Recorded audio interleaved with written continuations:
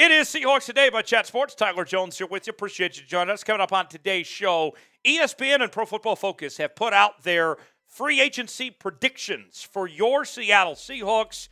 And I got to tell you, I think you are going to like what they had to say of some players that will be wearing a Seahawks uniform in 2023. We'll get to all that and more in just a second. Before we do, though, now's your chance to be the GM and get things started here on Seahawks Today. Name a player you think the Seahawks should sign in free agency, whether it's just re-signing Geno Smith or another player that's out there. Who comes to mind? Who would you like to see join the Seahawks in 2023? Let us know in the comments section below. So first and foremost, kind of the obvious one here. ESPN and PFF are both predicting the Seahawks will bring Geno Smith back in 2023. That's a deal that just kind of makes sense for all parties involved, whether it's Geno's camp or whether it's the Seahawks side. It all just makes too much sense for him to not be back in Seattle this upcoming year. Even if it takes a franchise tag, I think Geno Smith is going to be back. Now, when it comes to the future, as far as a long-term deal goes or anything like that, those are discussions that can be had. But when it comes to the immediate future in 2023, I think we're all on the same page that Geno Smith is going to be back in Seattle this upcoming season. So with that, of looking at what ESPN and what Pro Football Focus had to say about this possibility, here is what they had to say. It's also an easy fit for Smith and Shane Waldron's offense, where the Seahawks can mix play action, boot concepts, and the dropback game, utilizing Smith's top targets in DK Metcalf and Tyler Lockett, like you see DK there on your screen. The veteran quarterback sees it fast from the pocket and is very efficient with the football, and I anticipate a 3-year deal for Smith here. That's according to Matt Brown from ESPN. Now, here is what Pro Football Focus had to say. Very similar to what ESPN said. Both the team and player here seem very happy with where negotiations currently stand. And head coach Pete Carroll has made it clear he's excited about the prospect of spending around a quarterback who takes around a more reasonable mid-market deal that enables the club to better surround him with talent. So, here's the thing. Geno wants to be in Seattle, and the Seahawks want him there. This isn't that hard to figure out in this situation here, folks. When you have two sides that want to be there, I think this is all going to work itself out, and that we'll see Geno there. As far as the future goes when it comes to the long-term contract or anything like that, that remains to be seen. But at least for the present, time in the present, this marriage is going to continue at least another year. I feel pretty good about that. What's your confidence level that Geno re-signs with the Seahawks? For me, it's pretty dang high. If you were to scale it 1 through 100, what would it be? Let us know in the comment section. This is our pinned comment today. You might get an ad break, if so, take advantage of it. But scale for me 1 through 100, the chances that you think of Geno re-signing with the Seahawks is. So now this is where we start to get a little interesting here, folks. Signing Javon Hargrave. ESPN is suggesting the Seahawks will, in fact, sign the Eagles' defensive tackle. And Hargrave was fantastic this season for the Philadelphia Eagles in their historically good pass rush. This would be a game-changing move if the Seahawks can bring him in. Here's what Matt Brown at ESPN had to say. Coach Pete Carroll of the Seahawks can upgrade the defensive front with Hargrave, adding a disruptive tackle with pass rush juice. This past season, Hargrave notched 11 sacks and 37 tackles in his pass rush win rate of 17.2% when he lined up on the interior, ranked third overall in the NFL. And Seattle's 33.5% pass rush win rate was number 28 last season. Hargrave is slippery off the ball with the upfield burst to attack the pocket, and he can hold a gap in the run game too. Hargrave, hard not to like Javon Hargrave, to say the least. Last season, just an incredible year for him in Philadelphia with 60 tackles, 11 sacks, 10 forced fumbles, 10 tackles for loss, 1 forced fumble, and 2 fumble recoveries. And think about, he put all those statistics together on a loaded defense, okay? I mean, he was sharing statistics with other guys out there and still had that type of season. Just unbelievable what Hargrave did this past year. You would love to see him in a Seahawks uniform. He's still relatively young.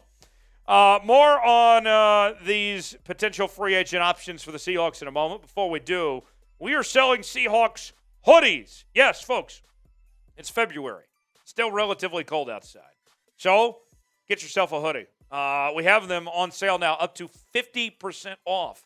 Great deal, if you ask me, whether it's for the guys or the gals, whatever it may be. We got you covered for all Seahawk fans. You can be looking stylish while repping your favorite team at the same time. Hoodies up to 50% off while supplies last. What are you waiting for? Get yours today. Chatsports.com/Seahawks hoodie. That's chatsports.com/Seahawks hoodie. I understand the price tag probably won't be cheap, but I can tell you this right now. Hargrave would be a home run. You would be feeling great if you bring in Javon Hargrave to add to the Seahawks defense. And here's some more on Hargrave here. Joined the Eagles in 2020 after 4 years with the Pittsburgh Steelers. And Philadelphia was so glad they were able to take him away from their arch-rival Pittsburgh Steelers, as it was a Pro Bowl selection in 2021. Made an immediate impact. Probably should have been a Pro Bowler this year as well. And the career statistics, you're looking at 329 tackles, 37.5 sacks, 4 forced fumbles, and 4 fumble recoveries. He was just absolutely outstanding. And, I mean, you look at the D-line of the Seahawks with Shelby Harris at that DN spot, Poona Ford and Al Woods at the nose tackle and D-tackle spots. Poona Ford is going to be a free agent. There is a spot for Javon Hargrave. You slide him in, boom, he's there. You don't necessarily need to bring Poona Ford back. As far as that goes, I think he's taken that spot as far as I'm concerned. So what do you think about Javon Hargrave? I got another name to get to, but let's look at Hargrave first. I've laid the case. I'm in. I want Javon Hargrave in Seattle. Do you like that idea? If you do, type S for sign. If you don't like that idea, if you think that he's too expensive, I understand. Let us know in the comment section. Type P for pass. S for sign, P for pass, if the Seahawks should sign Javon Hargrave. Folks, we have daily Seattle Seahawks coverage here on the channel as we are talking about your favorite team each and every day like no one else is. What are you waiting for? Subscribe now for free. Does not cost you a single thing. We're talking trades, free agency, draft, and more. It's all in one place. This is the place to be if you're a member of the 12s. Subscribe now, youtube.com/Seahawks TV for more coverage on your Seattle Seahawks. I'm here, our entire team. We're doing everything we can to bring you the best Seahawks coverage on the channel. Subscribe now, youtube.com/Seahawks TV.